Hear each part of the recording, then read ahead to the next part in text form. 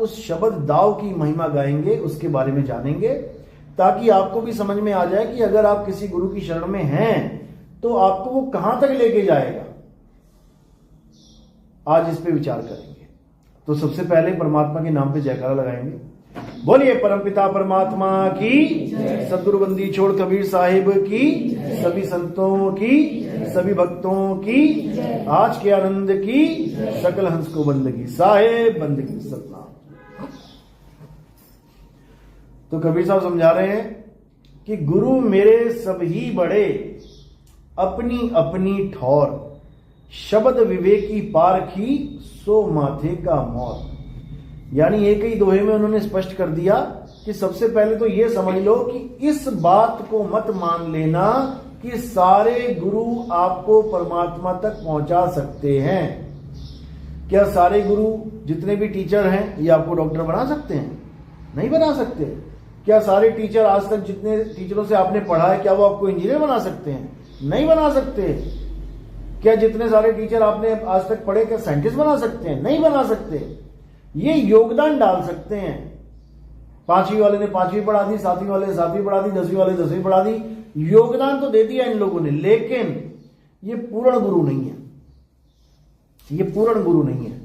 यानी इनका आपके जीवन में रोल तो बहुत ज्यादा है, बहुत बड़ा रोल है, लेकिन पूर्ण रोल नहीं है कि आप कहो कि हाँ ये गुरु मुझे मिल गया अब मैं संतुष्ट हो गया। नहीं हो सकते।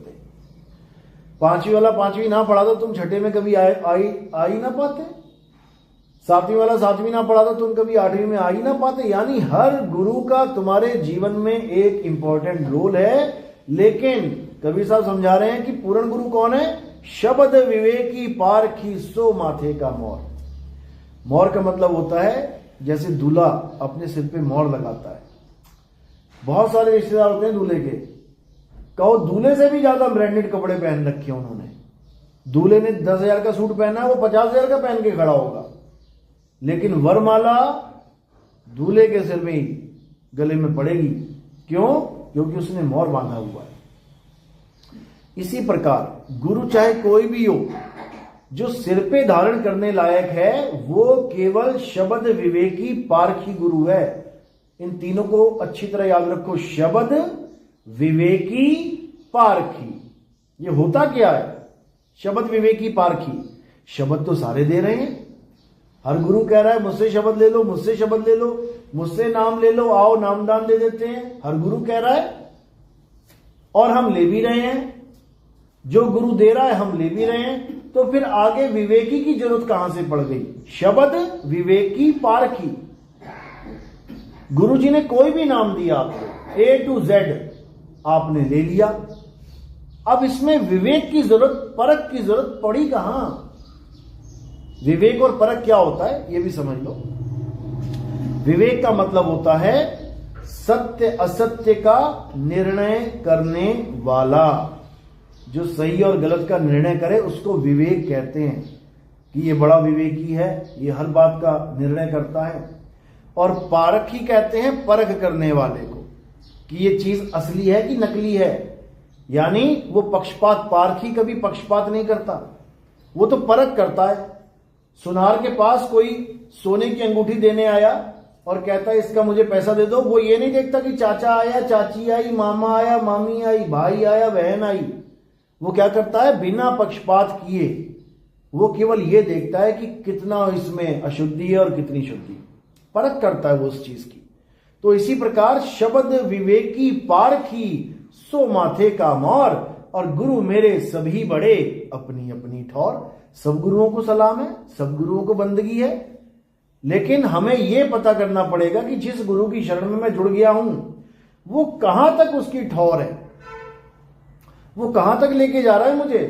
पांचवी वाला पांचवी तक ही रहेगा, छठी तक नहीं पहुंचा सकता तुम्हें कि छठी में पढ़ाने लग जाए वो तुम्हें, उसका अलग टीचर मिलेगा। तो हमें परख करनी है शब्द की, हमारे गुरु ने हमें क्या शब्द दिया है। अब शब्द की परख कैसे करेंगे?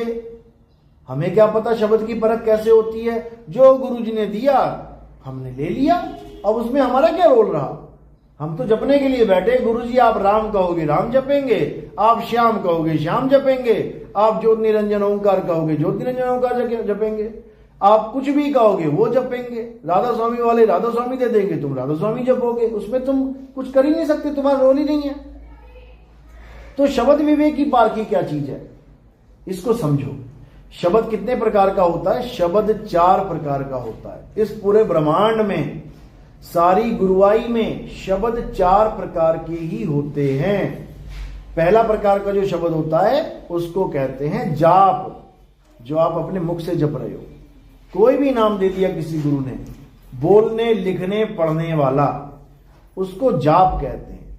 हिंदू बाबा मिल गया तो उसने आपको राम राम दे दिया, वृंदावन वाले बाबा मिल गया वो आपको राधे राधे दे देगा, कोई मुसलमान बाबा मिल गया वो आपको अल्लाहू अल्लाहू करवा देगा, कोई सिख बाबा मिल गया गुरुद्वारे वाला वो आपको वाहिगुरु वाहिगुरु जपवा देगा, कोई ईसाई मिल गया वो हालेलुया जपवा देगा। यानी हर बाबा शब्द के अधीन है। बिना शब्द के कोई बाबा किसी को शिष्य नहीं बना रहा है। और शब्द भी कौन सा दे रहा है?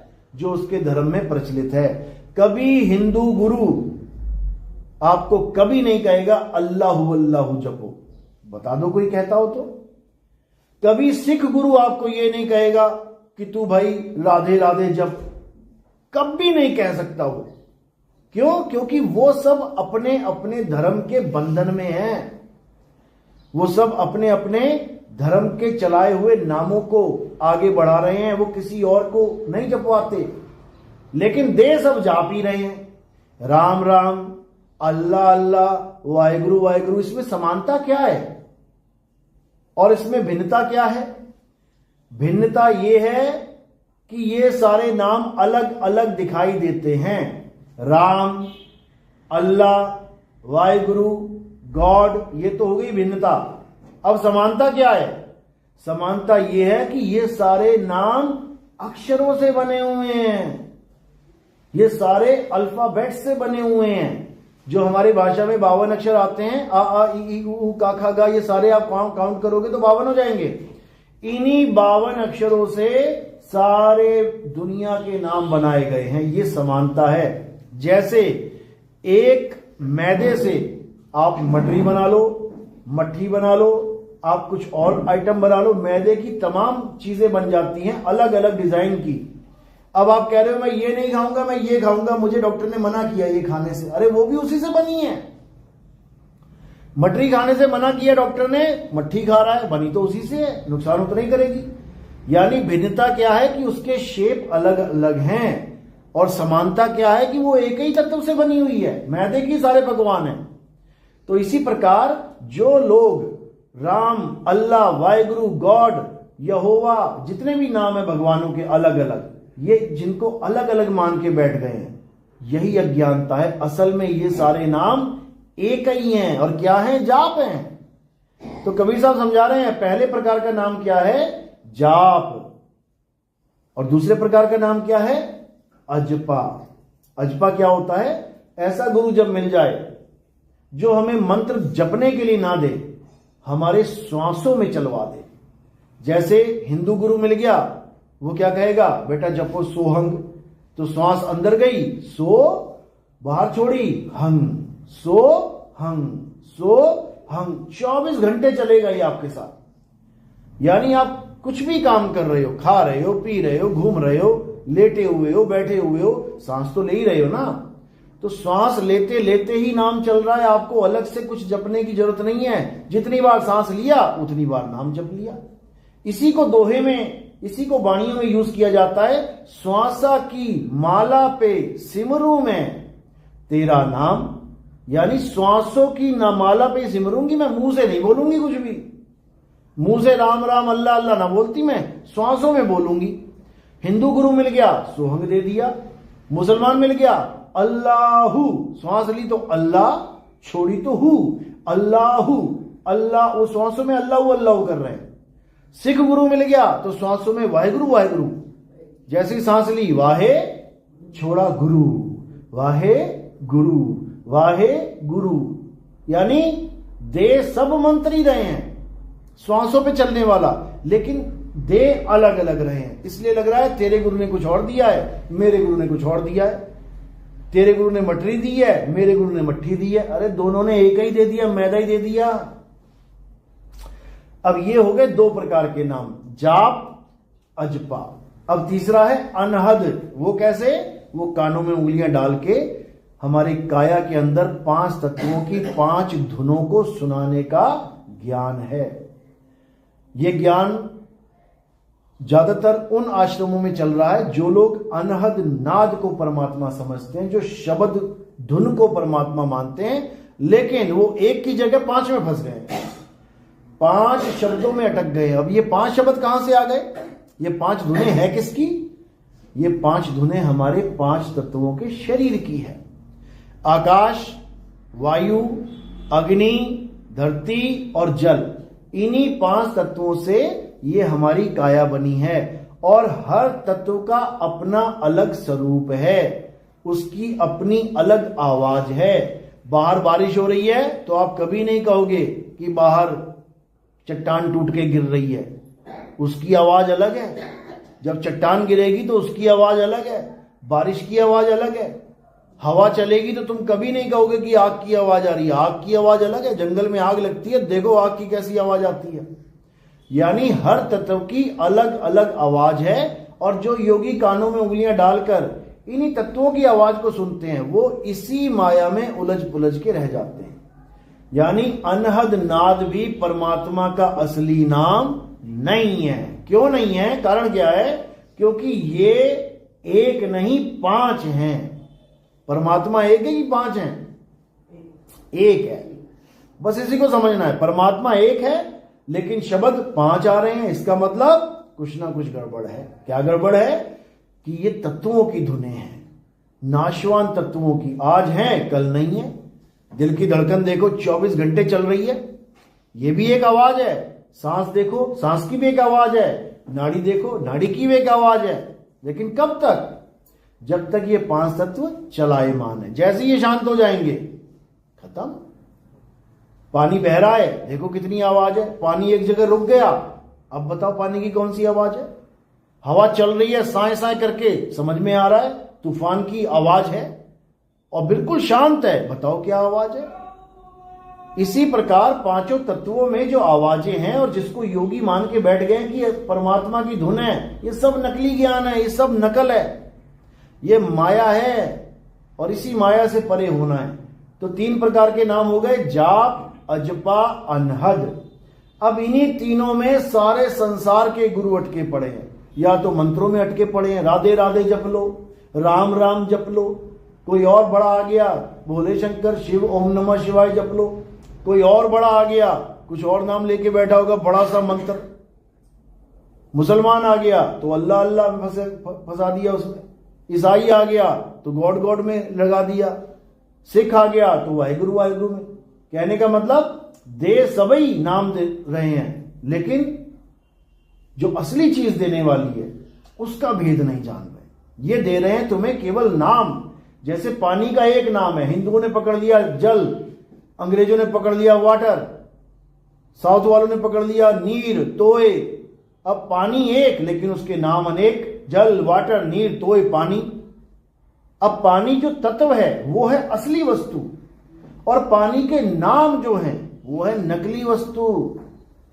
जितना मर्जी गला सूख जाए, आप कितना भी नाम जप लो, पानी पानी, वाटर वाटर, जल जल, ये गला गीला नहीं होगा। क्यों? क्योंकि ये नकली पानी से नहीं गीला होने वाला। नकली पानी क्या है? जो तुम्हारे मुंह से अक्षर निकल रहा है, पानी, ये नकली नाम है। और असली वस्तु कहां है? जग में पड़ी है, ग्लास में पड़ी है। वो पियोगे तब बात बनेगी। यानी उसी वस्तु के नाम जपने से वस्तु नहीं मिलेगी। अगर राम को पाना चाहते हो तो राम राम जप रहे हो, तो परमात्मा यानी राम को पाने में सबसे बड़ी अड़चन है ये नाम। अगर वाहिगुरु को पाना चाहते हो और वाहिगुरु वाहिगुरु कर रहे हो, तो वाहिगुरु वाहिगुरु करना सबसे बड़ी अड़चन है वाहिगुरु को पाने में। अगर अल्लाह को पाना चाहते हो और अल्लाह अल्लाह जप रहे हो, तो समझ लो अल्लाह अल्लाह जपना सबसे बड़ी अड़चन है अल्लाह को पाने में। प्यास लगी है, डायरेक्ट पानी तक पहुंचना है, और अगर तुम पानी पानी जपने में लग गए तो समझ लो प्यासे मरोगे एक दिन। तो इसीलिए कबीर साहब समझा रहे हैं कि जाप, अजपा और अनहद, इन तीनों से बच जाओ। साहिब समझा रहे वाणी में, जाप मरे, अजपा मरे, अनहद भी मर जाए, सुरत समाए शब्द में, वाको काल ना खाए। यानी जाप मरे, तुम कोई भी नाम ले लो, कब तक जप सकते हो, कब तक चलेगा ये नाम? जब तक तुम हो, तुम जिंदा हो तो जो जितने मर्जी नाम चला लो, राम राम राम राम राम राम, और जैसे प्राण निकल गए नाम खत्म। अब बोल के दिखाए कोई राम, मुसलमान है तो बोल के दिखाए अल्लाह, सिख है तो बोल के दिखाए वाहिगुरु। कब तक बोल पाए? जब तक घट में प्राण है। तो कह रहे हैं जाप मरे, यानी तुम्हारी देह खत्म हो गई, तुम मरे तो जाप भी मर गया। अजपा मरे, श्वासों पे नाम कब तक जपोगे? जब तक श्वास चल रही है। जैसी तुम्हारी काया खत्म, श्वासों का नाम भी खंडित हो जाएगा, खत्म हो जाएगा वो नाम। तो कह रहे हैं अजपा मरे, कानों में उंगलियां डाल के 5 तत्वों की धुनें सुन रहे हैं, कब तक? जब तक ये बज रही हैं। जैसे ही शरीर शांत हो गया, ये धुन भी खत्म हो जाएंगी। तो कहते हैं अनहद भी मर जाए। अब क्या करना है? सुरत समाए शब्द में, और वाको काल ना खाए। अब ये जो शब्द है ये क्या है, इसको समझना है। ये हमारे परमात्मा का असली नाम है, और ये किसी का अलग अलग नहीं है कि हिंदुओं का परमात्मा अलग है, सिखों का परमात्मा अलग है, मुसलमानों का परमात्मा अलग है। बिल्कुल नहीं, ये हम सबका जो परमपिता परमात्मा है, ये उसका नाम है। और ये नाम क्या है? ये नाम सत्य है, इसी को सत्य कहते हैं। राम जी का नाम कहते हैं राम नाम सत्य है। अगर राम नाम सत्य है तो फिर हनुमान नाम क्या है, फिर राधे नाम क्या है? सत्य तो एक होता है, सत्य 2 3 4 5 नहीं होते। शिव वाले कह रहे हैं शिव ही सत्य है, राम जी वाले कह रहे हैं राम ही सत्य है, अल्लाह वाले कह रहे हैं अल्लाह ही सत्य है, वाहिगुरु वाले कह रहे हैं वाहिगुरु ही सत्य है। सब अपने अपने नामों को सत्य मान के बैठे, जबकि सारे नाम झूठ हैं। झूठ नाम है ये। झूठे क्यों हैं? क्योंकि ये बनते और बिगड़ जाते हैं, इसलिए झूठे हैं। झूठे क्यों हैं? क्योंकि ये इंसानों ने बनाए हैं, इसलिए झूठे हैं, नकली हैं ये। एक झरना प्रकृति ने बनाया है, बहुत बढ़िया झरना है, लोग जाते हैं फोटो खिंचाते हैं। एक झरना इंसान ने बनाया है, अब जो इंसान ने बनाया है पानी उसमें भी गिर रहा है, और जो प्रकृति ने बनाया है पानी उसमें भी गिर रहा है। लेकिन जब आप देखोगे तो वो झरना कहलाएगा नेचुरल, और ये झरना कहलाएगा कृत्रिम, अप्राकृतिक, नकली, मैन मेड। ये फर्क है दोनों में। तो जो परमात्मा का असली नाम है वो मैन मेड नहीं है, और जो परमात्मा के झूठे नाम है वो मैन मेड है। मैन मेड मतलब जब आदि मानव था, जब इस दुनिया में आदि मानव आए, नंगे धड़ंगे जानवरों की तरह खाने पीने वाले, जानवरों की तरह जंगलों में भटक रहे हैं। जब आदि मानव आया तो कोई भी भाषा नहीं थी, जानवरों की तरह रहते थे। आग जलाना भी बड़ी मुश्किल से सीखा उन्होंने, पत्थर पे पत्थर टकरा के। आग पैदा भी कर ली तब भी उसका नाम नहीं रख पाए कि इसको आग बोलूं, क्योंकि पता ही नहीं है बोलना क्या है, किसको बोलना है, क्या नाम रखना है।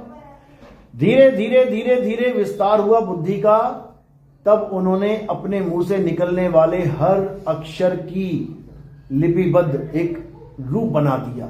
आ ई उ, यानी जितने अक्षर निकाल पाए मुंह से उन सबको निकाल के उनका एक फोटो बना दिया कि ये आ है, ये ई है, ये का खा गा है।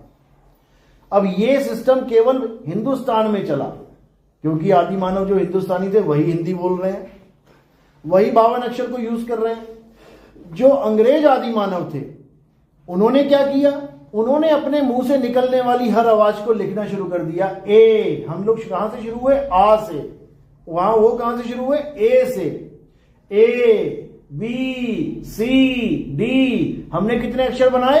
52 अक्षर। उन्होंने कितने अक्षर बनाए हैं? 26। यानी हमारे आदि मानव की बुद्धि 52 बार चल गई अक्षर बनाने में, और उनकी बुद्धि कितनी चली? मात्र 26 बार। आज तक 27वां अक्षर नहीं बना पाए वो। यानी हम उनसे डबल दिमाग वाले हैं। हमारे आदि मानव 52 अक्षर बना के ये सारी दुनिया में जो दिख रहा है सबके नाम धर लिए उन्होंने भी धर लिए। हमने रखा पानी का नाम जल, उन्होंने रख दिया वाटर। हमने रखा धरती, उन्होंने रख दिया अर्थ। हमने रखा पेड़, उन्होंने रख दिया ट्री। हमने रखा हवा, उन्होंने रख दिया एयर। हमने रखा आसमान, उन्होंने रख दिया स्काई। हमने रखा चंद्रमा, उसने रख दिया मून। हमने रखा सूर्य, उन्होंने रख दिया सन। यानी काम उन्होंने भी वही किया जो हमने किया, लेकिन अक्षरों का फर्क था। हमारे अक्षर कुछ और थे, उनके अक्षर कुछ और थे, लेकिन दोनों ही मैन मेड थे। मैन मेड है ये नाम। अब दुनिया के नाम रख लिए, अच्छी बात है, क्योंकि कुछ ना कुछ तो बोलना ही पड़ेगा। किसी को कोई सामान लाना हो, काली मिर्च ले आना। अब काली मिर्च तुम्हें ना बोलूं तो तुम वहां पागल हो जाओगे। समझा समझा के तुम्हें चाहिए क्या? 5000 तरह के मसाले पड़े हैं और तुम कहो वो काला वो दाना होता है छोटा सा, वो दाना ही पागल हो जाएगा बंदा ढूंढ ढूंढ के। लेकिन तुमने एक नाम रख दिया उसका, काली मिर्च, इलायची, लौंग। कितना आसान हो गया जीवन। लौंग बोलोगे सीधे लौंग की वहां जाएगा और लौंग उठा के लेके आएगा। यानी इन 52 अक्षरों के द्वारा हमारा जीवन बहुत आसान हो गया। अभी देखो, सड़क पे जाओ चलते चलते, जो जो चीज तुम्हें दिख रही है एकदम तुम्हारे माइंड में उसके नाम आएंगे। कार आ रही है, बस, ट्रक, पत्थर, रोड, कंकड़, पानी, गाय, कुत्ता, बिल, जो तुम देखते जा रहे हो अपने आप दिमाग में सारे नाम आ रहे हैं। और अगर ऐसी कोई चीज आ गई जिसका तुम्हें नाम नहीं पता, तुम हैरान हो जाओगे, ये क्या है? जिसका नाम हमें नहीं पता, अब क्या बोलते हैं? अरे ये क्या है? यानी अब इसका नाम रखो। इसीलिए हमारे घर में बच्चा पैदा होता है, सबसे पहले क्या भगदड़ मच जाती है? नाम रखो, नाम रखो, नाम रखो। कहेंगे क्या इसे हम? तो ये जो नाम रखने वाला प्रोसेस है, ये किसका है? गाय ने ना रखा कभी अपने बच्चे का नाम। 20-20 बच्चे पैदा करते सुअर ने, एक भी नाम ना रखा सुअर ने अपने बच्चों का। कुत्ते, बिल्ली, हाथी, घोड़े सब बच्चे पैदा कर रहे हैं, खा रहे हैं, पी रहे हैं, मर जा रहे हैं, लेकिन कोई किसी का नाम नहीं रखता। केवल इंसान को बीमारी लगी हुई है नाम रखने की। बच्चा पैदा हुआ नहीं, नाम रखो, नाम रखो, नाम रखो। क्योंकि ये नामों के चक्कर में ऐसा उलझ चुका है, बिना नाम के ये रह ही नहीं सकता। तो ये नाम सब कहां से आ रहे हैं? 52 अक्षरों से। सारे संसार की हर चीज के नाम कहां से आ रहे हैं? 52 अक्षरों के। 52 अक्षरों को खत्म कर दो, हर चीज का नाम खत्म हो जाएगा, चीज वहीं रहेगी। आदि मानव जब था, पेड़ भी वहीं था, पानी भी वहीं था, पत्ते भी वहीं थे, फूल भी वहीं था, सूरज भी वहीं था, चांद भी वहीं था, सारे जानवर भी वहीं थे, लेकिन उनका नाम नहीं रखा था उसने। तो क्या जीवन नहीं था? बिल्कुल था। लेकिन जब उसने नाम रखना शुरू कर दिया, अच्छी बात है, जीवन आसान हो गया। लेकिन दिक्कत कहां हो गई? जब उसने भगवान के नाम रखना शुरू कर दिया। हिंदुओं ने रख दिया राम, श्याम, शिव, शक्ति। मुसलमानों ने रख दिया अल्लाह, रब, रब्बुल आलमीन, हक, कबीर। ईसाइयों ने रख दिया गॉड, यहोवा, यीशु। सिखों ने रख दिया सतपुरुख, अकाल मूरत, सतनाम। अब ये जो नाम रखे हैं इन लोगों ने, ये भी 52 से ही बने हैं। और ये नाम जो रखे हैं, ये भी एक ही ताकत के नाम है। ताकत एक ही है, पावर एक ही है, लेकिन उसके नाम अनेक रख दिए। अब झगड़ा यहां पे शुरू हो गया। हिंदू कह रहा है नहीं, राम राम जप के मुक्ति मिलेगी, राधे राधे जप के मुक्ति। वो कह रहा है नहीं, अल्लाह अल्लाह जप के मुक्ति मिलेगी। राधा स्वामी वाले कह रहे नहीं, राधा स्वामी जपना पड़ेगा तब मुक्ति मिलेगी। निरंकार वाले कह रहे नहीं, तू ही निरंकार बोलना पड़ेगा तब मुक्ति मिलेगी। हर बंदा अपने अपने नामों को बड़ा करने में लगा है कि मेरा वाला नाम बड़ा है। लड़ाई किस बात की है? पानी यहां पड़ा है, प्यास सबको लगी है और झगड़ा कर रहे हैं। जल जल जपोगे तो प्यास बुझेगी। वो कह रहा ना, वाटर वाटर जपेगा तो प्यास बुझेगी। नीर नीर तोय तोय जपोगे तब नहीं, पानी पानी जपना पड़ेगा। और प्यास एक भी नाम से नहीं बुझने वाली, एक भी नाम से बुझने वाली। सारी उम्र राम राम करके मर जाएंगे, लेकिन राम नहीं मिलने वाला। बाबा नानक ने 600 साल पहले बोल दिया था, राम राम करता सब जग फिरे और राम ना पाया जाए। पा ही नहीं सकते उसको। क्यों? क्योंकि तुम्हें पता ही नहीं है राम कहते किसे हैं, वो राम है क्या, वो हमें पता ही नहीं है। तो कैसे मिलेगा? वो मिल ही नहीं सकता। केवल नाम जपने से राम मिल जाए तो फिर छोड़ो नौकरियां, छोड़ो धंधे, बैठ जाओ घर में, धन धन धन धन धन, लो पकड़ो माला, धन धन धन, पैसा पैसा पैसा पैसा पैसा, आ जाएगा क्या? अरे साहिब बाणियां बोल के गए इनके ऊपर, धन धन कहे जो नर धनिया होए तो निर्धनिया रहे ना कोई। कबीर साहब कह रहे हैं अगर धन धन करने से तुम्हारे घर में भंडार भर जाए तो निर्धन कौन रहेगा यहां पे? लक्ष्मी माता की पूजा बताओ कब से कर रहे हैं हम लोग, युगों युग बीत गए। और अमीर कौन हो गया? 20 साल में दुबई अमीर हो गया। हम वहीं के वहीं बैठे हैं, सारी पूजा हमने कर डाली और पैसा कोई और ले गया उठा के। दिक्कत ये है, करना क्या है? उस राम को जानना है कि राम है क्या। अब राम को कैसे जाने? क्योंकि हमारे दिमाग में केवल एक राम फिट है। कौन? दशरथ जी के बेटे त्रेता युग वाले राम। और कौन राम है? हाँ, किसी के गली मोहल्ले में किसी ने नाम राम रख दिया वो बात अलग है, लेकिन जो पूजनीय राम एक है, जिसको दशरथ जी का बेटा कहते हैं। अब इसी में समझ जाना, कबीर साहब दुआ कह रहे हैं, एक राम दशरथ का बेटा जिसके पीछे लड़ाई चल रही है, अयोध्या में राम मंदिर बनना चाहिए। एक राम दशरथ का बेटा, एक राम घट घट में बैठा, ये दूसरा राम है। एक राम का सगल पसारा, ये तीसरा राम है। और एक राम तीनों से न्यारा, ये चौथा राम है। अब हमें तब समझ में आएगा करना क्या है जब हम इन चारों रामों को जान लेंगे।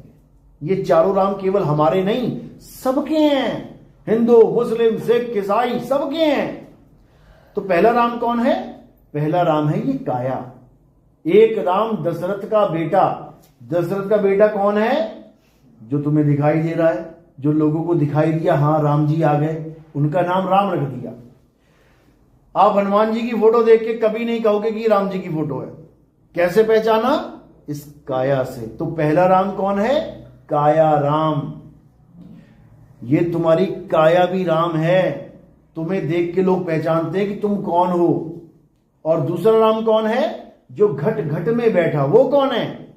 वो जीव राम है। जीव कहां बैठा है? श्वासों में बैठा हुआ है। देखो किसकी सांस नहीं चल रही है? सबकी चल रही है। यानी दूसरा राम घट में बैठ के काम कर रहा है अपना। अगर वो राम निकल जाए तो ये वाला राम ठंडा पड़ जाएगा। इस वाले राम की वजह से इस वाले राम के काम चल रहे हैं। समझ लो, समझ में आ रही बात?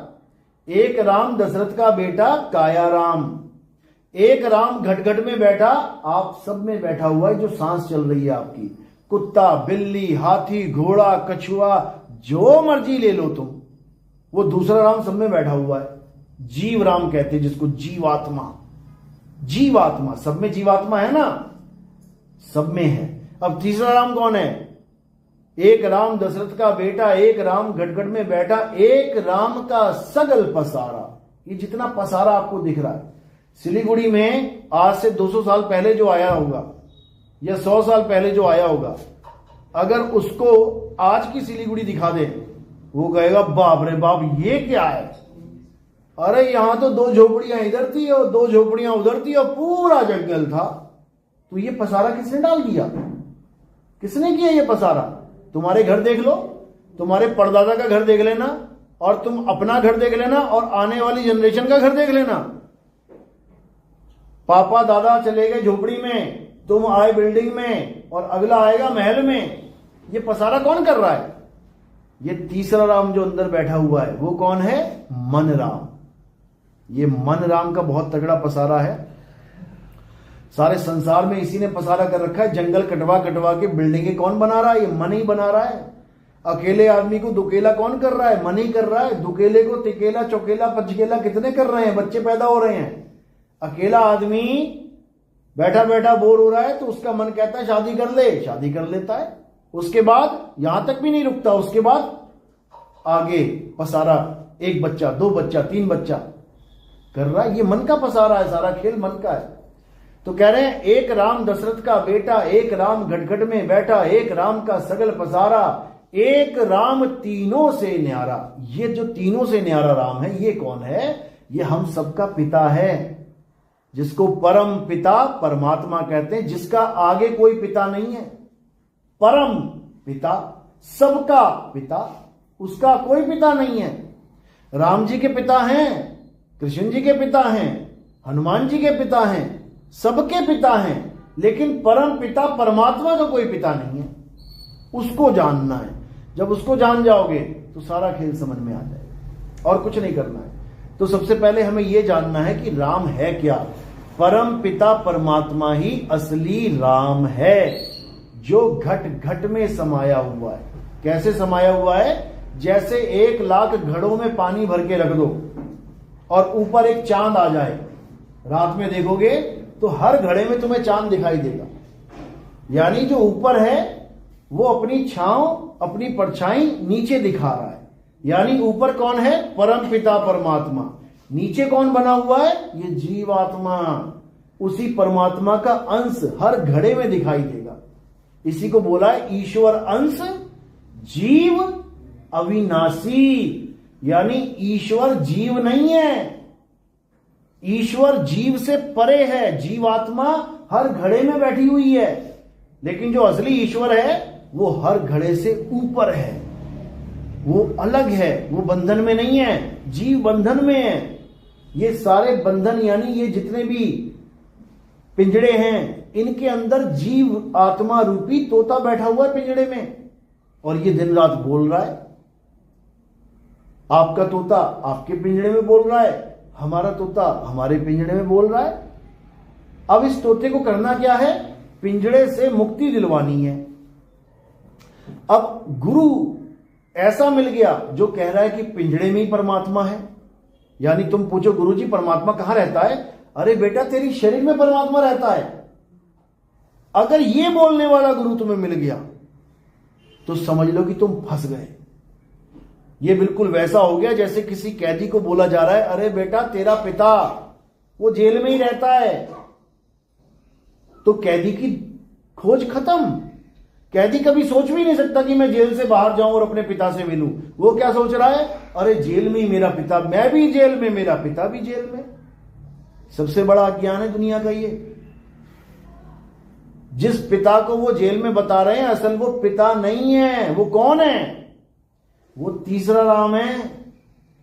तीसरा राम यानी दूसरे राम से, यानी तुमसे तीसरे राम की पूजा करवाई जा रही है, मन की पूजा करवाई जा रही है। और ये मन कहां बैठा है? ये यहां बैठा हुआ है, जिसको हम कहते हैं इंगला पिंगला सुषमना, जिसको हम कहते हैं शिवनेत्र, जिसको हम कहते हैं तीसरा तिल, जिसको हम कहते हैं थर्ड आई, जिसको हम कहते हैं त्रिकुटी। यहां पर वो मन बैठा हुआ है। और उसका स्वरूप क्या है? बाबा नानक समझा रहे हैं, मन तू ज्योत स्वरूप है, अपना मूल पछाण। यानी यहां पर जो ज्योत जल रही है, आप देखोगे हिंदू धर्म में टीका लगाया जाता है। टीका क्यों लगाया जाता है? बिंदी क्यों लगाते हैं? लेडीज बिंदी लगाती हैं और जेंट्स टीका लगाते हैं। क्यों लगाते हैं? कारण क्या है? यही कारण है ताकि तुम्हारा ध्यान हमेशा यहां लगा। जब तुम बिंदी लगा लेते हो तब क्या होता है? ना चाहते हुए तुम्हारा ध्यान एकाग्र रहता है यहां पर। और जब हम टीका लगा लेते हैं तो ना चाहते हुए भी हमारा ध्यान वहीं रहता है। क्यों? क्योंकि ठंडक मिलती रहती है। टीके में कपूर होता है, चंदन होता है, लगा लिया। अब यहां जहां पर ठंड लग रही है बढ़िया, वहीं पे ध्यान एकाग्र हो रहा है। तो किसकी साधना कर रहे हैं हम? उसी तीसरे राम की, जो मन है, मन स्वरूपी राम। और उसी मन की पूजा ब्रह्मा विष्णु महेश जी गौरी गणेश जी और जितने देवी देवता हैं, ये सब उसी की पूजा करते हैं। उस मन का नाम क्या है असली? उसका नाम है अलख निरंजन। नाम सुना होगा, अलख निरंजन। कौन है ये? कभी फोटो देखी इसकी? कभी इसके बारे में सुना है कि कोई स्टोरी, जैसे राम जी, कृष्ण जी, हनुमान जी की स्टोरीज हैं, हमें काफी स्टोरीज आती। हाँ बोलते थे, लेकिन है कौन? अब मैं बोलूं मोदी तो समझ में आता है आप लोग को कि किसकी बात चल रही है। अब साउथ अफ्रीका वाले हबशियों को क्या पता जंगल में जो बैठे हैं किसका नाम है ये? वो तो केवल सुन रहे हैं कि मोदी बोला, लेकिन वो जानते नहीं है कि मोदी है कौन। इसी प्रकार जो जान रहे हैं उन्होंने कहा अलख निरंजन, और जो नहीं जान रहे वो केवल नाम सुन रहे हैं। तो जो केवल नाम सुन रहे हैं उनको कभी समझ में आ ही नहीं सकता कि वो है क्या। अलख निरंजन कौन है? तुम्हारा मन ही अलख निरंजन है। अलख यानी जिसको कोई लख नहीं सकता, जिसको कोई लख नहीं सकता, लेकिन सारी उम्र उसकी गुलामी कर रहे हो तुम। मन की गुलामी कर रहे हो। कैसे कर रहे हो? अब लोग कहेंगे कि भाई हम तो नहीं करते, सुबह से लेके शाम तक करते हो। मम्मी ने उठाया, उठ जा बेटा उठ जा। कब उठोगे? मम्मी बोले और बेटा उठ जाए, फिर इससे बढ़िया क्या चीज है? लेकिन बेटा नहीं उठेगा। क्यों? कब उठेगा? जब उसका मन कहेगा। अगर तुम्हारा मन नहीं है उठने को तो मां 10 बार बोल के चली जाएगी। तुम मां की गुलामी नहीं कर रहे हो, तुम किसकी गुलामी कर रहे हो? अपने मन की। मन कह रहा है अरे सो जा भाई, कोई बात नहीं, बोलते रहते हैं, जाने दे इसको। तो तुम सो जाओगे, और जब मन कहेगा अरे उठ भाई टाइम हो गया, एकदम उठ जाओगे। किसकी गुलामी करी? मन की। तुम नहाने जा रहे हो, वॉशरूम जा रहे हो, तुम साबुन लगा रहे हो, शैंपू लगा रहे हो, कौन सा लगा रहे हो? 50 शैंपू 50 साबुन पड़े थे दुकान में, लेकिन तुमने कौन सा उठाया? जो तुम्हारे मन को भाया, तुम्हारा मन पसंद, जो तुम्हारे मन को अच्छा लगेगा, तुम्हारा हाथ ऑटोमेटिकली वहां जाएगा। और जो तुम्हारे मन को अच्छा नहीं लगता तुम उसको उठा भी नहीं सकते। किसकी गुलामी करी? मन की गुलामी। तुमसे पूछा चाय पीना है कि दूध पीना है? अब क्या बोलोगे? मेरा मन कर रहा है चाय पी लेंगे। भाई ये मन कौन है? यानी हर काम तुम मन के कहे पे चल रहे हो। कपड़े भी कौन से पहन रहे हो? अलमारी खोली 50 तरह के कपड़े पड़े हुए हैं, कौन से पहने? जो तुम्हारा मन कर रहा है। यानी हर काम हम अपने मन के अनुसार कर रहे हैं, इस मन की ही गुलामी कर रहे हैं। ये मन ही अलख निरंजन है, और इसने सबको उलझा रखा है, सबको, किसी को नहीं छोड़ा इसने। यहां तक कि ब्रह्मा विष्णु महेश भी इसकी साधना करते हैं, और ये सबके अंदर बैठा हुआ है। यही सबको श्राप और यही सबको वरदान देता है, ये मन ही देता है। कोई लड़का आया तुम्हारे पास, बच्चा आया, खूब टांगे दबाई, तुम्हारे मन को बड़ा अच्छा लगा, तो तुमने क्या कहा? बेटा जुग जुग जियो, आशीर्वाद है। अब कोई आया और तुम्हारे पत्थर मार के चला गया, अब तुम्हारे मन को बड़ा क्रोध आ गया, अब तुमने क्या किया? उसको श्राप दे दिया। तो किसने दिया? आशीर्वाद भी किसने दिया और श्राप भी किसने दिया? मन ने। ये मन इतना शातिर है कि आम आदमी को छोड़ो, बड़े बड़े भक्तों से भगवान को श्राप दिलवा देता है। विष्णु जी को श्राप किसने दिया? विष्णु जी के ही परम भगत ने। कौन सा भगत था वो? नारद मुनि। नारायण नारायण करता था पूरा दिन 24 घंटे, और वही भगवान को श्राप दे रहा है कि भगवान जैसे तुमने मुझे स्त्री के लिए तड़पाया है तुम भी तड़पो। और श्राप देने के बाद क्या कह रहा है? अरे प्रभु गलती हो गई, प्रभु ये कैसे हो गया, प्रभु कैसे ये लफ्ज निकल गए मेरे मुंह से? निकल नहीं गए, निकाले गए हैं। और किसने निकाले हैं? मन ने। कृष्ण जी का सबसे प्यारा भगत कौन है? सबसे प्यारा मित्र कौन है? जिसके चरण धो के पिए? सुदामा। तुम सुदामा जितने तो खास नहीं हो सकते ना, उसको भी राक्षस बनना पड़ गया। राधा ने उसको श्राप दिया गोकुल धाम में, जहां कहते हैं गोकुल धाम चले जाओगे तुम्हारी मुक्ति हो जाएगी।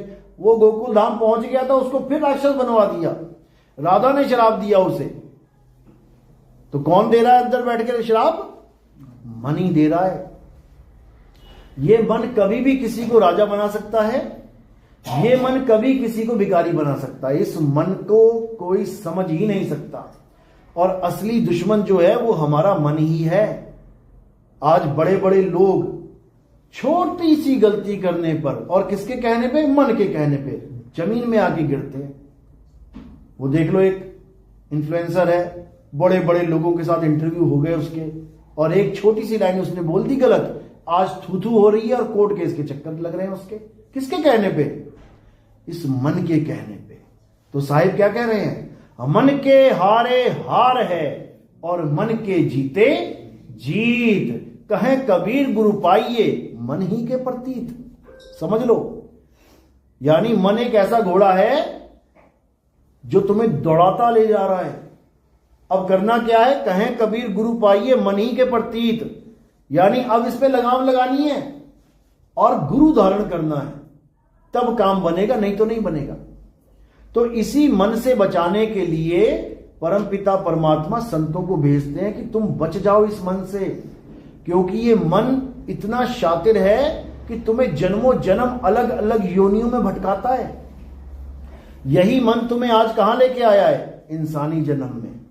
और यही मन तुम्हें कल कहां लेके जाएगा? नाली का कीड़ा बना देगा, जंगल में पैदा करवा देगा, ये सुअर कुत्ते बिल्ली हाथी घोड़े कॉकरोच मच्छर बनवा देगा। यही मन इतना शातिर है। तुम प्योर वेजिटेरियन हो, लेकिन जब मन बुद्धि भ्रष्ट करेगा तुम जाके मटन खाओगे, चिकन खाओगे। आज ब्राह्मणों का हाल ये, मटन चिकन खा खा के रेट बढ़ा दिए इन्होंने। किसके कहने पे? मन कर रहा है, आज मन कर रहा है दारू पी ले, आज मन कर रहा है चिकन खा ले। तो साहिब समझा रहे हैं, मन जाता है तो जाने दे और तू थाम के राख शरीर, उतरा पड़ा कमान से क्या कर सके तीर। यानी अब अपने मन पे दृष्टि डालो, विचार करो कि ये करना क्या चाह रहा है। ये सारा खेल खत्म तो नहीं करने जा रहा मेरा, क्योंकि मृत्यु से पहले पहले, यानी शरीर छोड़ने से पहले पहले, अगर तुमने ये नहीं जाना कि ये मन को मारना कैसे है, तो समझ लो ये अगला जन्म दिलवा देगा तुम्हें, क्योंकि ये कभी मरता नहीं है। माया मरी ना मन मुआ, और मरी मरी गया शरीर। तुम्हारा शरीर चिथड़ा चिथड़ा हो जाएगा। ट्रक आया तुम्हारे ऊपर से चढ़ के चला गया, चिथड़े चिथड़े हो गए तुम्हारे, लेकिन मन नहीं मरेगा। याद रखना, मन मर ही नहीं सकता। इसको मारने का एक तरीका है, वो तरीका ही बताने आते हैं गुरु लोग कि कैसे मारना है इसको, क्योंकि जब तक इसको नहीं मारा तब तक ये तुम्हें जन्म मरण के चक्कर में डाले रखेगा। तो इसी को समझा रहे हैं कि कैसे मारना है। मन को मार गगन चढ़ जाई और मान सरोवर बैठ नहाई। यानी जब भेदी गुरु मिलेगा तुम्हें, तब वो तुम्हें समझाएगा कि मन को मारा कैसे जाता है। अगर तुमने मन को मार दिया तो समझ लो कि तुम्हारा जन्म मरण का खेल खत्म हो गया। अब तुम्हें किसी भी मां के गर्भ में आने की जरूरत नहीं है। आज तुम इंसान बन के बैठे हो, क्यों? क्योंकि तुम्हारी मां भी एक इंसान है, उसके 2 हाथ 2 पैर सिर हैं, तुम्हारे भी 2 हाथ 2 पैर सिर हैं, पीठ कंधा।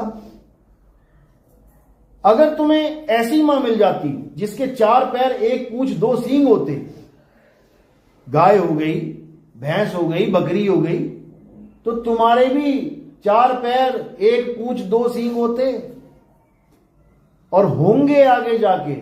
जैसी तुम्हें मां मिलेगी वैसा ही बच्चा गर्भ से निकलेगा। तो शुक्र मनाओ कि अभी हम इंसान हैं और हम ये समझ सकते हैं कि इस जन्म मरण के रोग को खत्म कैसे किया जाए। ये मत सोचना कि तुम्हें जानवर नहीं बनना। अरे विष्णु जी को बनना पड़ गया। पहला अवतार क्या लिया था? मछली अवतार। तो मछली इंसान थोड़ी नहीं, जानवर ही है। दूसरा अवतार कौन सा लिया? कछुए का अवतार। अरे जानवर ही तो है। तीसरा अवतार वराह अवतार, जंगली सुअर का। अरे जानवर ही तो है। उसके बाद जाके नरसिंह, आधा आदमी आधा जानवर। कहने का मतलब वो ये समझा रहे हैं कि बेटा हमें अवतार लेने पड़ रहे हैं जानवरों के, तुझे भी लेने पड़ेंगे। लेकिन हम नहीं समझ रहे। हम समझ रहे हैं बस हम राधे राधे करेंगे, निकल लेंगे यहां से। अरे बड़े बड़े ऋषि मुनि सारी सारी उम्र तपस्या करते रहे और अंत में 84 में चले गए।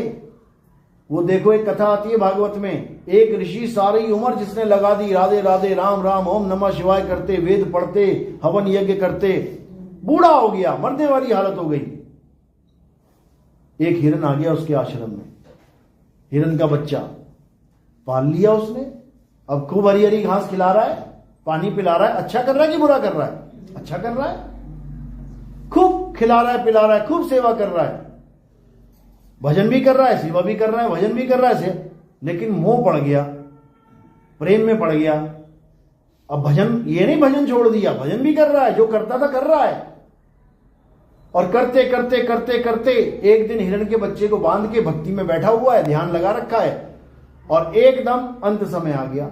अब जैसे ही अंत समय आया, अब ऋषि क्या सोच रहा है, अरे हिरण का बच्चा तो मैंने बांधा हुआ है, इसको कोई भेड़िया खा जाएगा, भाग भी नहीं पाएगा। जो थोड़ी बहुत घास दी है खा के खत्म हो जाएगी, कहीं चर भी नहीं पाएगा, ये तो बड़ा पाप हो जाएगा। अच्छा सोच रहा है कि बुरा सोच रहा है? जीव के बारे में अच्छा सोच रहा है। सोचते सोचते सोचते उसके बेचारे के प्राण निकल गए और कहां चला गया? हिरण के बच्चे बनके हिरण के गर्भ में चला गया। यानी सारी उम्र का पूजा पाठ हवन यज्ञ धरे का धरा रह गया और 84 में चला गया वो। तो जब वो 84 में जा रहा है इतनी पूजा पाठ करके, हम तो वो भी नहीं कर रहे हैं। और हमारा ध्यान कहां है? खुद देख लो, बैठे बैठे देखो तुम्हारा मन कहां लेके जा रहा है तुम्हें। जहां लेके जा रहा है वहीं जन्म होने वाला है तुम्हारा, इतना समझ लो। किसी ने कुत्ता पाल लिया तो कुत्ते पे ही लगा रखा उसने ध्यान, इंजेक्शन लगवाऊंगा, शैम्पू से नहलाऊंगा, ऐसा करूंगा वैसा करूंगा, सारा दिन कुत्ते कुत्ते कुत्ते, तो अंत में भी कुत्ते ही बन जाएगा वो, समझ लो। किसी का ध्यान बच्चों में है, मेरा प्यारा बेटा, मेरा प्यारा, कहते हैं अंत काले जो लड़का सिमरे, ऐसी चिंता में देह मरे, सुअर जन्म वो बल बल उतरे। जो लोग कहते हैं मैं मरने वाला हूं, मेरे बेटे की शक्ल दिखा दो, मेरी बेटी की शक्ल दिखा दो, सुअर जन्म मिल जाता है उनको कि तुझे बेटा बेटी प्यारे हैं, ले फिर 20-20 बच्चे होंगे तेरे एक बार में, 5 बार बच्चे हो गए, 20 पंजा 100 बन गई गंधारी, तो ये हाल हो जाएगा। तो करना क्या है? अंत काले जो प्रभु को सिमरे, जो अंत काल में प्रभु का सिमरण करेगा, ऐसी चिंता में देह मरे। अगर इस चिंता में देह मर जाती तो 101% आपको प्रभु ही मिलेगा। लेकिन वो तब मिलेगा जब तुम्हें पता हो कि प्रभु का ध्यान कैसे करना है। ध्यान तो तुम कर रहे हो राम राम राम राम, राधे राधे राधे राधे, अल्लाह अल्लाह, वाहिगुरु वाहिगुरु, ध्यान तुम कर रहे हो 52 अक्षरों का, तो प्रभु कैसे मिलेगा? प्रभु कोई नाम नहीं है, प्रभु कोई अक्षर नहीं है कि रा और मां हो गया प्रभु। अरे तुमने रा और मां लिखा है, तुम इसको मिटा भी सकते हो, प्रभु को थोड़ी नहीं लिखो और मिटा सकते हो।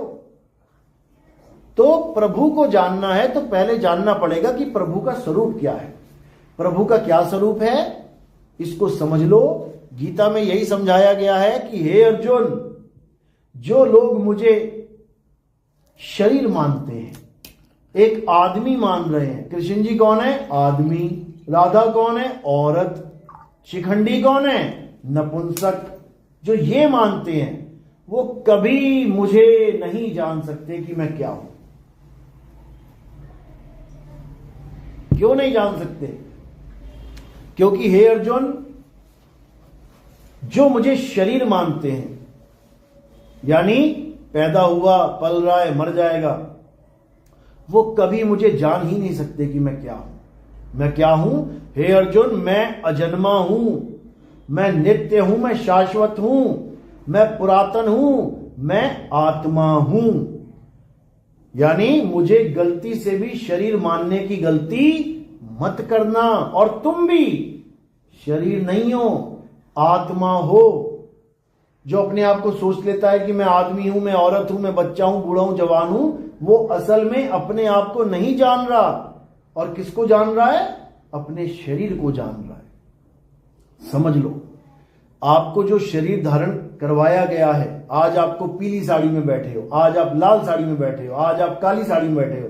अब आप अपने आप को क्या सोचते हो? मैं तो काली हूं, मैं तो पीली हूं, मैं तो लाल हूं।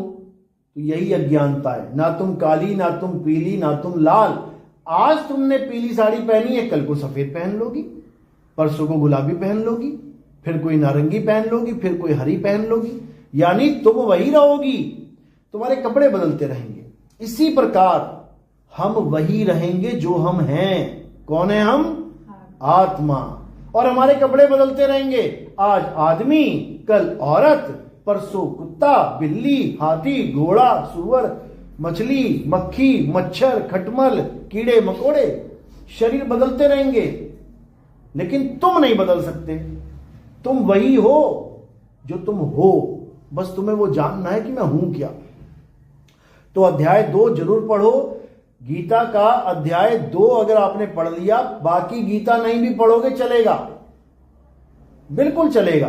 क्योंकि बाकी गीता का ज्ञान जो है वो सार से हटके है। अध्याय 2 सार ज्ञान है, गीता का सार है। और उस सार ज्ञान में क्या समझाया गया है कि तुम अपनी आत्मा को जान लो कि तुम एक आत्मा हो। तुम्हारा ना तो कभी जन्म होता है, ना ही कभी मृत्यु होती है। समझ लो, आज तुम इस दुनिया में आए हो जिस मां के गर्भ में, इसका मतलब ये नहीं कि आज तुम्हारा पहला जन्म है। तुम पिछली मां के गर्भ से निकल के कर्म करके मर के फिर अगली मां के गर्भ में आए हो। तभी तो तुम्हें सुख और दुख भुगताए जा रहे हैं। छोटा सा बच्चा पैदा हुआ, किडनी फेलियर हो गया। छोटा सा बच्चा पैदा हुआ, दिल में छेद हो गया। अब उसने ऐसा कौन सा कर्म किया भाई कि उसका दिल में छेद हो गया, किडनी फेल हो गई, फेफड़े गल रहे हैं? क्यों? उसने ऐसा कौन सा कर्म किया? कर्म का भुगतान कैसे मिल रहा है उसको? पिछले जन्मों का। तो इसी प्रकार पिछले जन्मों के सारे कर्म करते करते आज हम इस संसार में आए हैं और सारे कर्मों के भार हमारे सिर के ऊपर ही हैं। कुछ नहीं पता कब किसको चलते चलते लकवा मार जाए, कब किसका एक्सीडेंट हो जाए, पैर कट जाए, कब किसकी दोनों आंखें चली जाएं, कब किसका शरीर जल जाए, गल जाए। कुछ नहीं पता इस संसार में। यह संसार इतना खतरनाक है जितना तुम सोच भी नहीं सकते। तुम्हारी सोच से परे खतरनाक ये संसार है। ये सोचो, अभी युद्ध हो जाए ना, अभी एक बम गिर जाए तो चिथड़े ही चिथड़े दिखेंगे तुम्हें चारों तरफ। तुम कहोगे बाप रे बाप, कहां आ गया मैं।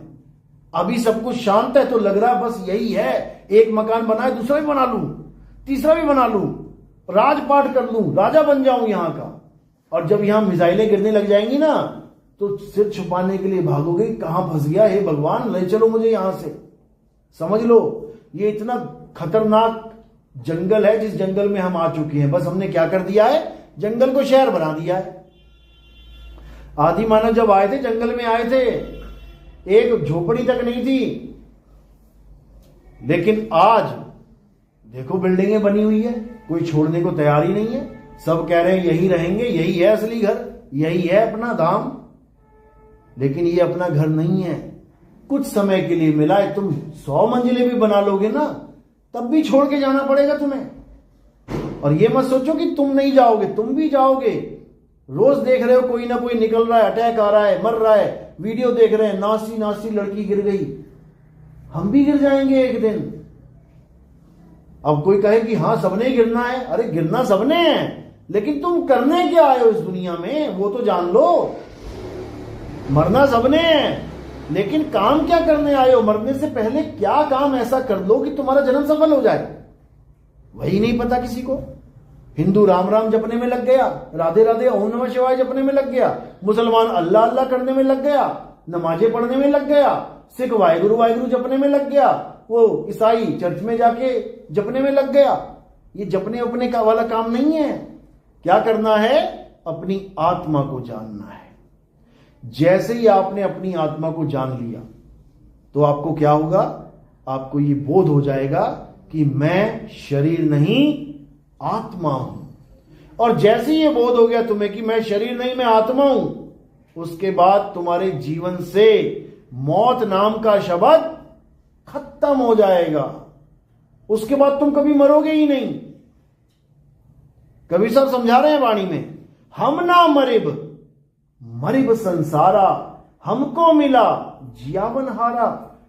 कबीर साहब कह रहे हैं अब मेरी मौत नहीं हो सकती, मैं मर ही नहीं सकता कभी। क्यों? क्योंकि मेरे गुरु ने मुझे आत्मा का ज्ञान दे दिया। मैं समझ गया कि मैं आत्मा हूं।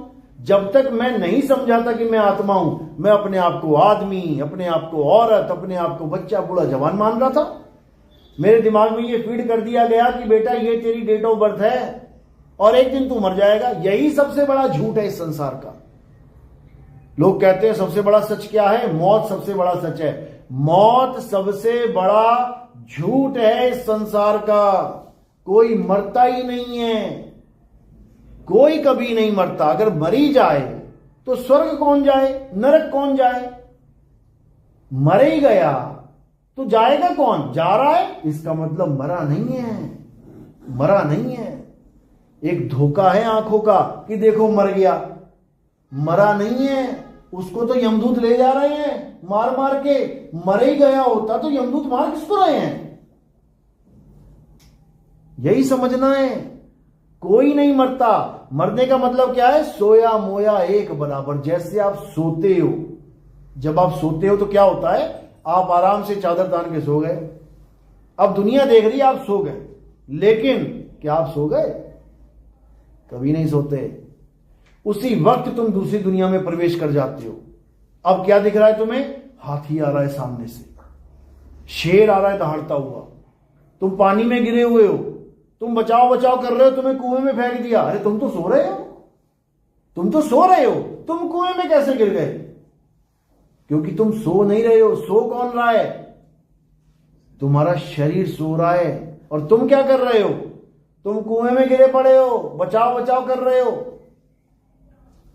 इसी प्रकार जब आदमी मरता है तो मरता नहीं है, वो शरीर मरता है। जो शरीर सोया था वही शरीर मर गया। तुम कुएं में थे, अब तुम नरक में गिरोगे जाके। मरे नहीं तुम। अच्छे कर्म किए हैं तो तुम्हें स्वर्ग में ट्रांसफर कर दिया जाएगा। स्वर्ग और नरक क्या होता है? सपने में दोनों का खेल चलता है। सपनों में दोनों के डेमो दिए जाते हैं आपको। जब आपको अच्छे अच्छे सपने आते हैं, लॉटरी लग गई, करोड़पति बन गए, खूब बढ़िया नाच रहे हो, गा रहे हो, खा रहे हो, पी रहे हो, वो स्वर्ग है। और जब देखा भूत प्रेत आ गए पकड़ने के लिए, शेर दौड़ा रहा है, कुत्ते भगा रहे हैं, डूब रहा हूं नदी में, ये नरक है। और इन दोनों का ही अनुभव करवाया जाता है मरने के बाद आपको। वहीं जाना है आपने वापस घूम के। उसको सूक्ष्म जगत कहते हैं, उसको सूक्ष्म सृष्टि कहते हैं। वहां कौन जाता है? सूक्ष्म शरीर जाता है। आपकी इस बॉडी के अंदर एक और शरीर है जिसको सूक्ष्म शरीर कहते हैं। उस शरीर को कौन पकड़ के ले जाते हैं? यमदूत पकड़ के ले जाते हैं। इस वाले को हाथ नहीं लगाते, ये तो पड़ा हुआ है, इसको वो छुएंगे भी नहीं। ये तो जला दो, दफना दो, कोई फर्क नहीं पड़ता। लेकिन जो सूक्ष्म शरीर है उसको पकड़ के लेके जाएंगे और हालत खराब कर देंगे उसकी।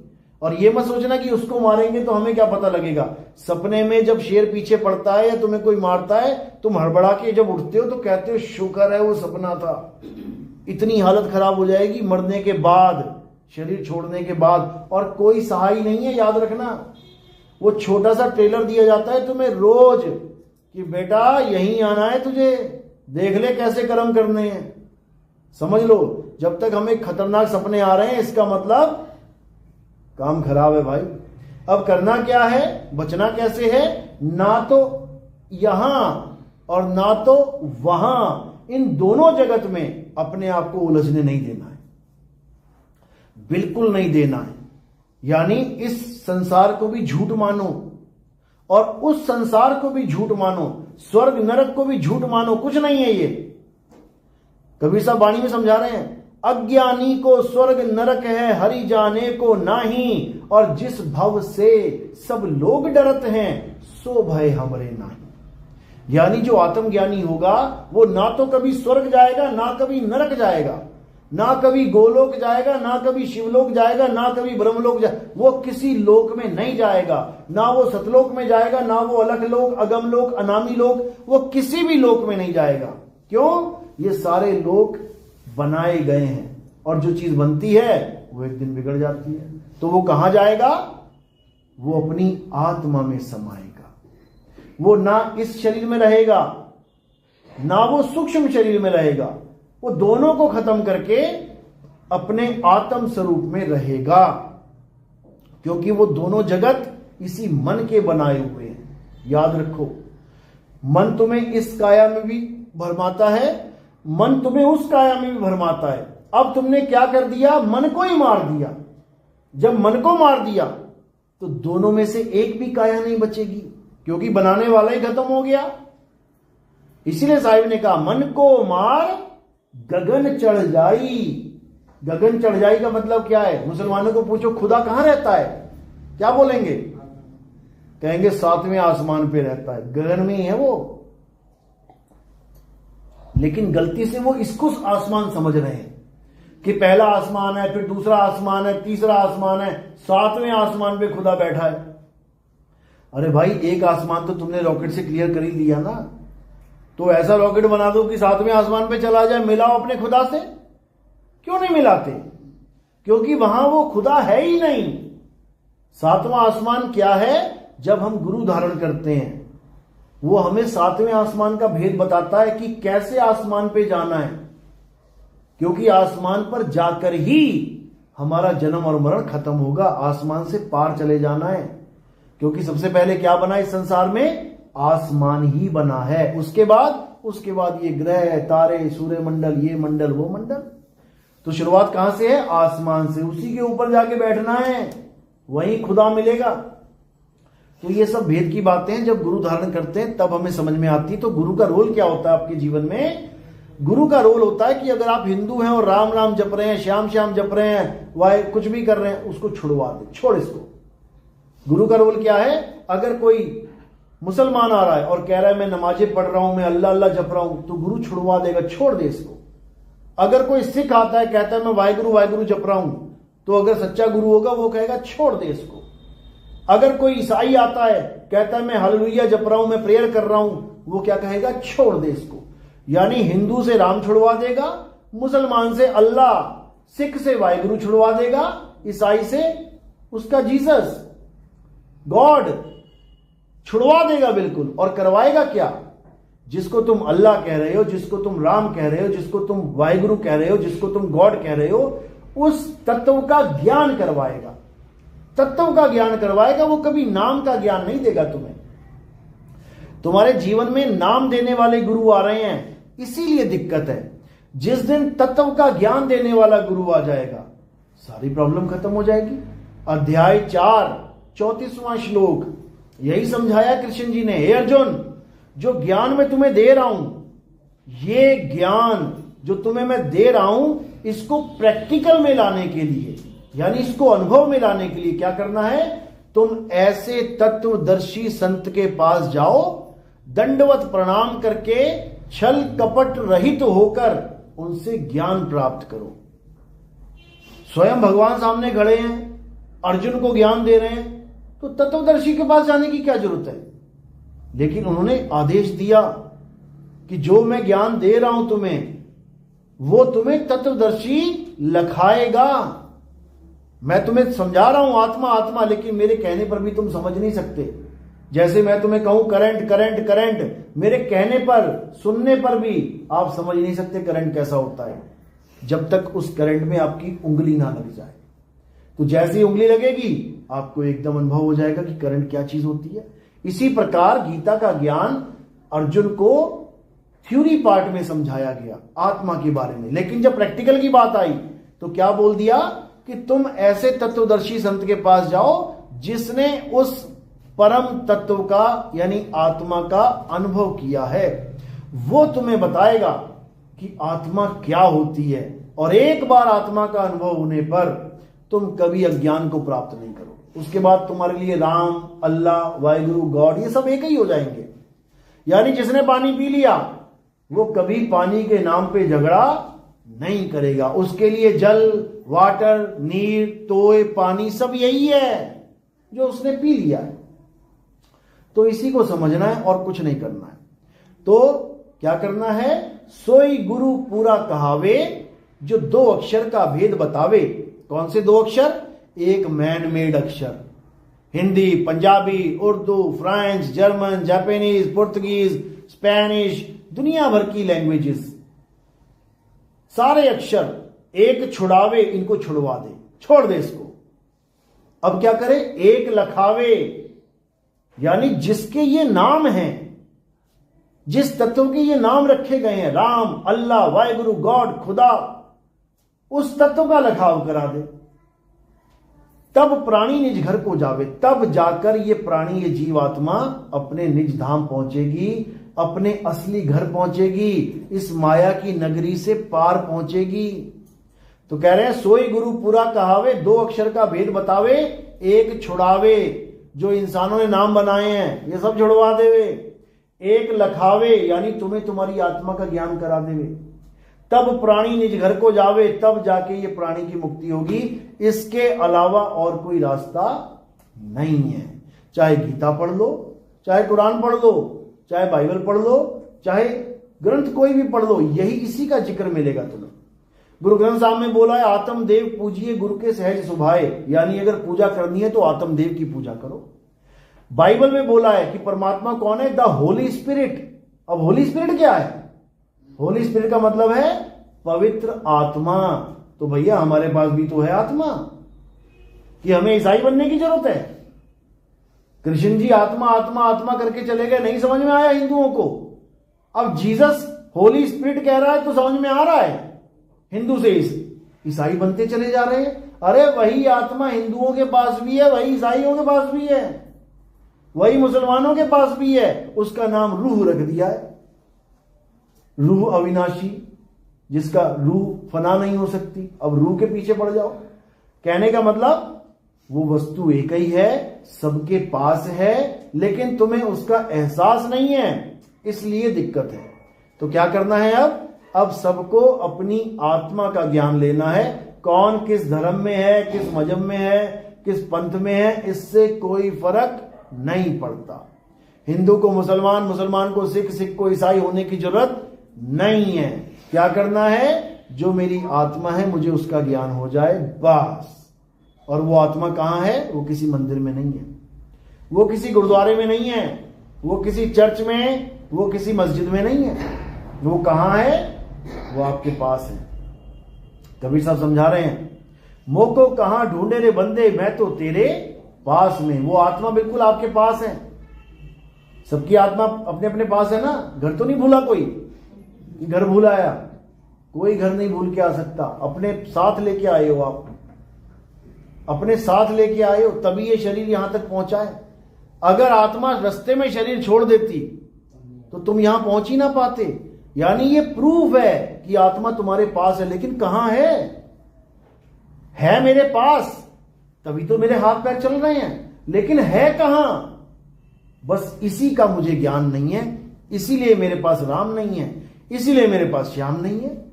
और जैसे ही मुझे आत्मा का ज्ञान हो गया तो राम, श्याम, हनुमान, ये सब भगवान मेरे पास आ जाएंगे, क्योंकि ये शरीर नहीं है, ये आत्मा है। इनको शरीर मत मान लेना कि कृष्ण जी आदमी हैं। वो तो कछुआ भी हैं, वो तो मछली भी हैं, अरे वो तो लड़की भी हैं। भस्मासुर को किसने मारा था? औरत आई थी मारने के लिए। अब तुमको विष्णु जी औरत कैसे बन गए विष्णु जी? वो तो आदमी है। यानी वो आदमी औरत वाला खेल ही नहीं है उनके पास। वो जब चाहे आदमी बन जाए, जब चाहे औरत बन जाए। तो उसको क्या कहोगे तुम, आदमी है कि औरत? आदमी वो होता है जो औरत नहीं होता है, औरत वो होती है जो आदमी नहीं होता है। और अगर आदमी औरत दोनों नहीं है उसको नपुंसक कहते हैं। 3 ही कैटेगरी है। आदमी वो है जो औरत नहीं है, तो विष्णु जी तो औरत भी बन जाते हैं। अभी जो कुंभ मेला चल रहा है, राक्षसों को जब वो बूंद पिलाने लग गए थे, राहु ने पी ली थी, तो किसने गला काटा था? आदमी ने कि औरत ने? औरत ने। तो तुम कैसे कह रहे हो कि विष्णु जी केवल आदमी है? वो औरत भी है, वो मछली भी है, वो कछुआ भी है, वो वरा भी है, वो सब कुछ है, लेकिन वो कुछ भी नहीं है। वो कुछ भी नहीं है, वो एक आत्मा है। तो जब आपने आत्मा को जान लिया तो समझ लो कि आपने विष्णु जी को जान लिया। आपने आत्मा को जान लिया, समझ लो आपने शिव जी को जान लिया। आपने आत्मा को जान लिया, आपने जीसस को जान लिया। आपने आत्मा को जान लिया, आपने सबको जान लिया। अब कुछ जानने के लिए शेष नहीं है। बस इसी आत्मा का ज्ञान चाहिए। इसी आत्मा का ज्ञान ना होने पर सब झगड़ा कर रहे हैं, सब लड़ रहे हैं, झगड़ रहे हैं, और केवल अक्षरों को पकड़ पकड़ के। सारे अक्षर खत्म कर दो, सारा झगड़ा खत्म हो जाएगा। कोई गॉड नहीं, कोई अल्लाह नहीं, कोई वाहिगुरु नहीं, कोई राम नहीं, कुछ नहीं। अब क्या चलेगा? तत्व ज्ञान। अगर तेरा रब है तो बता रब क्या है। अगर तेरा राम है बता राम क्या है, अगर तेरा वाहिगुरु है तो बता वाहिगुरु कहते किसे हैं। अब बताओ तत्व ज्ञान, नहीं बता पाएगा। क्यों? क्योंकि नाम में फंसे हुए बचपन से, केवल नामों को भगवान मान के बैठे। जय श्री राम जय श्री राम कैसे बोला? आत्मा की वजह से। अल्लाहू अकबर कैसे बोला? आत्मा की वजह से। सत श्री अकाल कैसे बोला? आत्मा की वजह से। हालेलुया कैसे बोला? आत्मा की वजह से। और आत्मा नहीं, अब बोल के दिखा। ना मुंह से राम निकलेगा, ना श्याम निकलेगा, ना हनुमान निकलेगा, ना शंकर निकलेगा, ना माता शेरावाली निकलेगी, ना अल्लाह अल्लाह निकलेगा, ना वाहिगुरु, ना गॉड निकलेगा। यानी सबको निकालने वाला कौन है? आत्मा। तो इसी आत्मा को जानोगे तो सारे नामों से परे हो जाओगे, तत्व ज्ञान में आ जाओगे और तुम्हारा 100% कल्याण होगा। इसके अलावा सब झूठ है। बात समझ में आ रही मेरी? ऐसा तो नहीं कि कुछ नहीं समझ में आ रहा है, ऊपर से जा रही है सारी बातें। तो जब सत्संग सुनोगे, हमारे सत्संग आते हैं यूट्यूब चैनल पे, कहत कबीर सुनो भाई साधो नितिन दास। कहत कबीर सुनो भाई साधो तो आपको सुना ही है आपने, कहत कबीर सुनो भाई साधो। आगे मेरा नाम है नितिन दास। जब ये लगाओगे तो वहां पे चैनल का नाम आ जाएगा। 2 चैनल आ जाएंगे, एक कहत कबीर सुनो भाई साधो और एक कहत कबीर सुनो भाई साधो नितिन दास, दोनों आ जाएंगे। दोनों में सत्संग डाले हुए मैंने। धीरे धीरे धीरे धीरे, शुरू में नहीं समझ में आएगा, याद रखना शुरू में, क्योंकि ये हायर स्टडीज हैं। समझ लो 12वीं करने के बाद कॉलेज में जाने पर भी कई लोगों को समझ में नहीं आता कि कॉलेज में क्या पढ़ाया जा रहा है, फेल हो जाते हैं वो। समझ लो 12वीं कर चुके हैं, इतना लेवल बढ़ा चुके हैं कि कॉलेज का ज्ञान समझ में आ जाए, लेकिन फिर भी नहीं समझ में आता, कई लोगों को फेल हो जाते हैं। तो इस प्रकार हार नहीं माननी है। धीरे धीरे सुनना शुरू करोगे, 90% 95% बातें ऐसे चली जाएंगी हवा के ऊपर से, सिर के ऊपर से, तुम्हें पता ही लगेगा मैं बोल क्या गया। लेकिन कोई एक बात ऐसी दिमाग में घुस जाएगी कि उसके बाद वही जरिया बनाती जाएगी आगे से आगे ज्ञान समझने का। और एक बार अगर ट्रैक पे आ गए, समझने में आ गए, तो तुम्हें हर चीज समझ में आने लग जाएगी। फिर तुम्हें समझ में आ जाएगा जिस चीज के लिए मैं भटक रहा था जन्मों जन्मों से, जिस चीज के लिए मैं इंसान जन्म लेके गुरुओं के पास, मंदिरों में, मस्जिदों में भीड़ लगी पड़ी है, लाइनें लगी पड़ी हैं, किस चीज के लिए, वो चीज मिल जाएगी। समझ लो भगवान के पास आजकल लाइनें क्यों लगती हैं? सुख के लिए, कि भगवान जी मेरे घर में सुख आ जाए, शांति आ जाए, तो सब जाते हैं लाइन लगा के। आगे सुख शांति सबके घर में, सारे सुख खुश हो गए। अरे जो भगवान के घर में जा रहे हैं वही रास्ते में एक्सीडेंट होके मर जा रहे हैं। देखो जरा, यात्रा पे बस गई थी और पलट गई और मर गए सारे। बताओ, जिस भगवान के घर में आप अरदास लगाने जा रहे हो वो पहले ही तुम्हें उठा ले जा रहा है। कुंभ में देखो कितने लोग गए, बेचारे मर गए भगदड़ में। अरे पाप धोने गए थे कि पापों का फल भोगने गए थे? वहां पे पाप कटवाने गए थे कि पापों का फल भोग के मरने गए थे? वहां पे फल ही भुगतवा दिया साथ के साथ ही। ये सब अज्ञानता है। कोई भगवान किसी के पाप नहीं काट सकता। अगर भगवान पाप काटता होता तो बताओ कौन पूजा नहीं कर रहा है, और पूजा करने के बाद फिर भी दुखी है, फिर भी पाप नहीं कट रहे हैं, भोगना ही पड़ रहा है। तो कहने का मतलब ऐसा कोई भगवान नहीं है जो तुम्हारे पाप काटे। पाप काटने के लिए ये शरीर मिला हुआ है, इसी पे कटेंगे सारे पाप। राम जी के अपने पाप नहीं कटे। कैसे? बाली को मारा राम जी ने, बाली ने मरते मरते श्राप दे दिया, जैसे तूने मुझे मारा है मैं भी तुझे मारूंगा। कट गया क्या? अगला जन्म लेना पड़ गया उनको। कृष्ण जी का पैर में तीर मारा बाली ने, तब जाके वो कर्म कटा।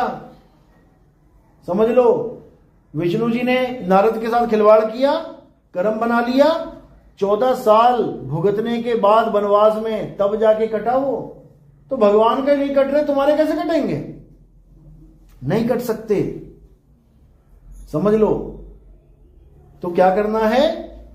कर्मों से न्यारा हो जाना है, और उसका एक ही तरीका है, गीता में ही लिखा है, हे अर्जुन ये आत्मा अकर्ता है, ये कभी कुछ करता ही नहीं है, लेकिन इसको भ्रम में डाल रखा है। ये जीवात्मा की बात चल रही है कि जीवात्मा अकर्ता, ये कुछ नहीं करता, लेकिन इसको भ्रम में डाल रखा है किसने? मन ने, माया ने, 3 गुणों ने, 25 प्रकृतियों ने, कि ये तूने किया, तूने किया, तूने किया। जैसे ये रुमाल उठाया, किसने उठाया? किसने उठाया? हाथ ने उठाया। ये हाथ ने उठाया, ये आत्मा ने नहीं उठाया। ये हाथ क्या है? 5 तत्व, 25 प्रकृति, 3 गुण, मन और माया का खेल है। अब ये हाथ ने उठा के कर्म अपने ऊपर लदवा लिया जीव ने कि मैंने उठाया। जीव नहीं उठा सकता, जीव देख रहा है, मैंने इसको देखा, देख रहा हूं मैं, उठाओ इसको। कैसे तो उठाओगे? मैं इसको उठा ही नहीं सकता, मैं केवल देख सकता हूं, मैं दृष्टा हूं, मैं देख रहा हूं, मैं कुछ कर नहीं सकता। करेगा कौन? हाथ करेगा। चलेगा कौन? पैर चलेगा। मारेगा कौन? ये शरीर मारेगा। मैं ना चलता हूं, ना मैं मारता हूं, ना मैं कुछ करता हूं। यही समझा रहे हैं। हे अर्जुन, आत्मा अकर्ता है, लेकिन मन और माया में ऐसा उलझ गया है कि ये अपने आप को कर्ता मान बैठा है। बाबा नानक समझा रहे हैं कि जब लग जानू मैं हूं कर्ता, तब लग गर्भ जून में फिरता। जब तक मैं अपने आप को कर्ता मान के बैठा हूं कि मैंने ये किया, मैंने ये किया, मैंने, अच्छा तूने किया, चल फिर भोगने के लिए तैयार हो जा। इसलिए अकर्ता होके रहना है। समझाया भी, हे अर्जुन, कर्म कर, फल की इच्छा मत कर। क्योंकि अगर तू कर्ता बन के कर्म करेगा तो तू फल की इच्छा जरूर मांगेगा कि मैंने किया है जी, मुझे फल मिलना ही चाहिए। तो एक तरह से वो कह रहे हैं कि अकर्ता हो जा, कर्म कर, लेकिन फल की इच्छा मत कर। हो गया ना फ्री, बिल्कुल फ्री हो गया। एक किसान ने खेत बोया, बोने के बाद अगर वो ये सोच रहा है कि बहुत अच्छी फसल हो भगवान, फंस गया वो। क्यों? अच्छी फसल नहीं हुई, उजड़ गई, तो क्या होगा? दुखी हो जाएगा। अरे भगवान लुट गया, तबाह हो गया। अब क्या करना है? फसल बो, छोड़ दो।